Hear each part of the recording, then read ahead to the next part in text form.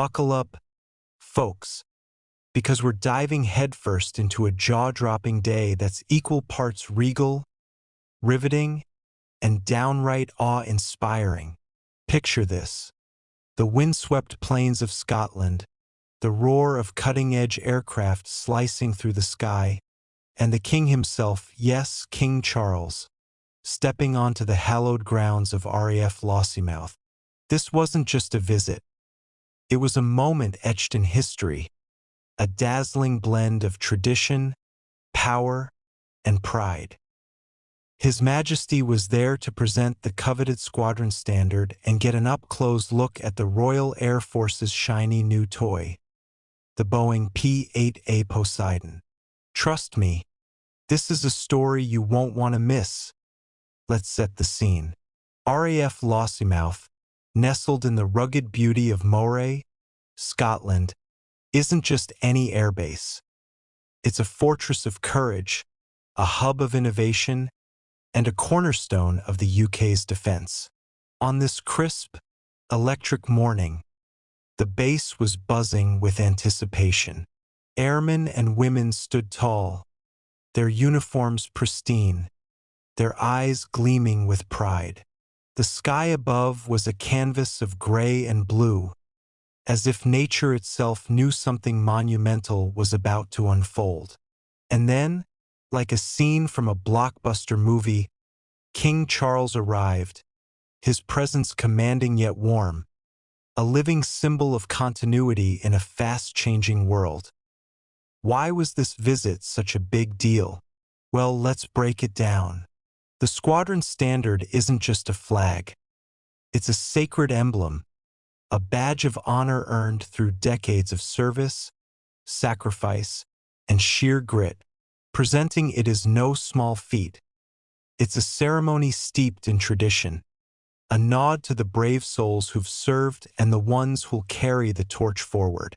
And then there's the Boeing P-8A Poseidon, a beast of an aircraft that's redefining maritime patrol and reconnaissance.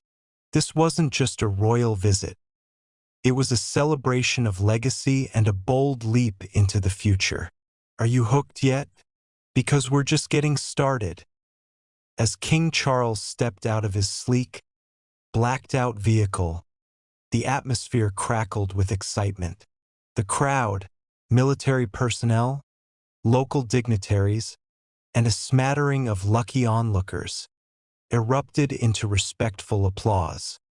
His Majesty, dressed in a sharp military uniform adorned with medals that told stories of their own, exuded a quiet strength.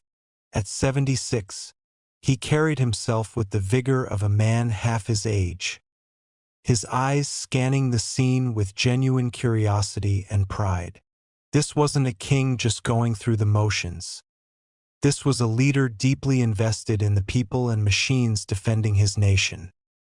The ceremony kicked off with the kind of pomp and circumstance that makes your heart swell. A military band, their brass instruments gleaming under the Scottish sun, belted out a stirring rendition of the national anthem. The notes hung in the air, mingling with the salty breeze rolling in from the North Sea. Every soul on that tarmac stood a little taller, their chests puffed out, their spirits soaring. King Charles, standing at the center of it all, was the picture of dignity, his face a mix of solemnity and admiration as he prepared to present the squadron standard. Now let's talk about that standard.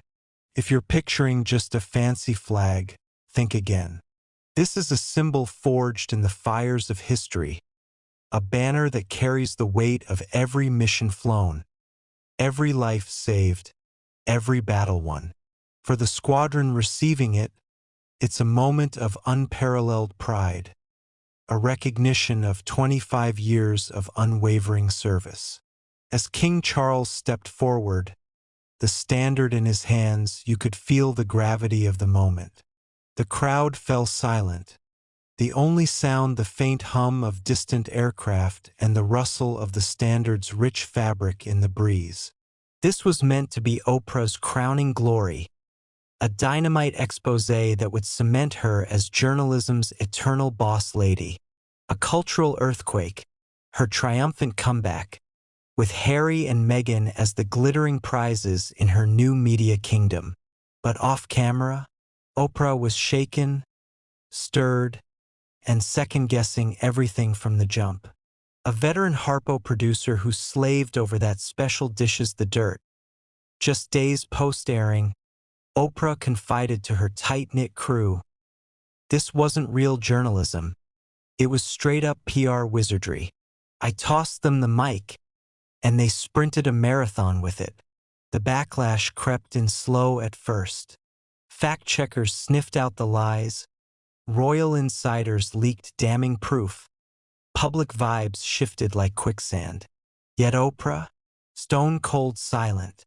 She doesn't do sloppy regrets in the spotlight unless the stakes are sky-high.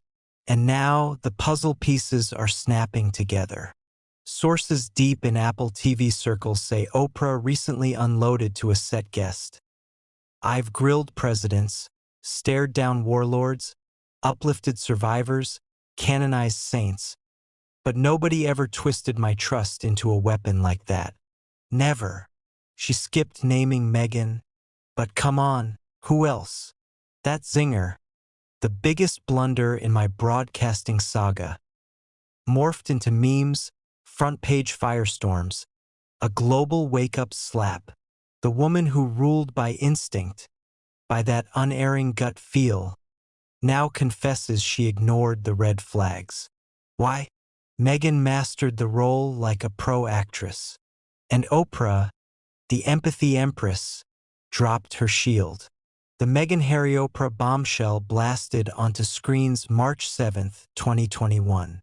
But insider scoops reveal Oprah's doubts brewed pre-premiere. XCBS editor spills. Oprah demanded a sneak peek of the final edit 2 days early.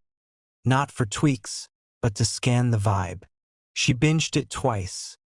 First in eerie quiet, then with alarm bells clanging. A producer eavesdropped her mutter, "This is gonna sour like milk." The trigger? Not the racism bombs, not the suicide gut punch, not the crown chaos. Nope, it was that cutesy chicken coop bit. Those fluffy birds, the folksy pen, the "we're just regular folks" glow up. Oprah clocked it as pure staging. Coops slapped together the week prior, fences freshened up, Archie's chicken sign slapped on paint fresh. That's when she allegedly snapped,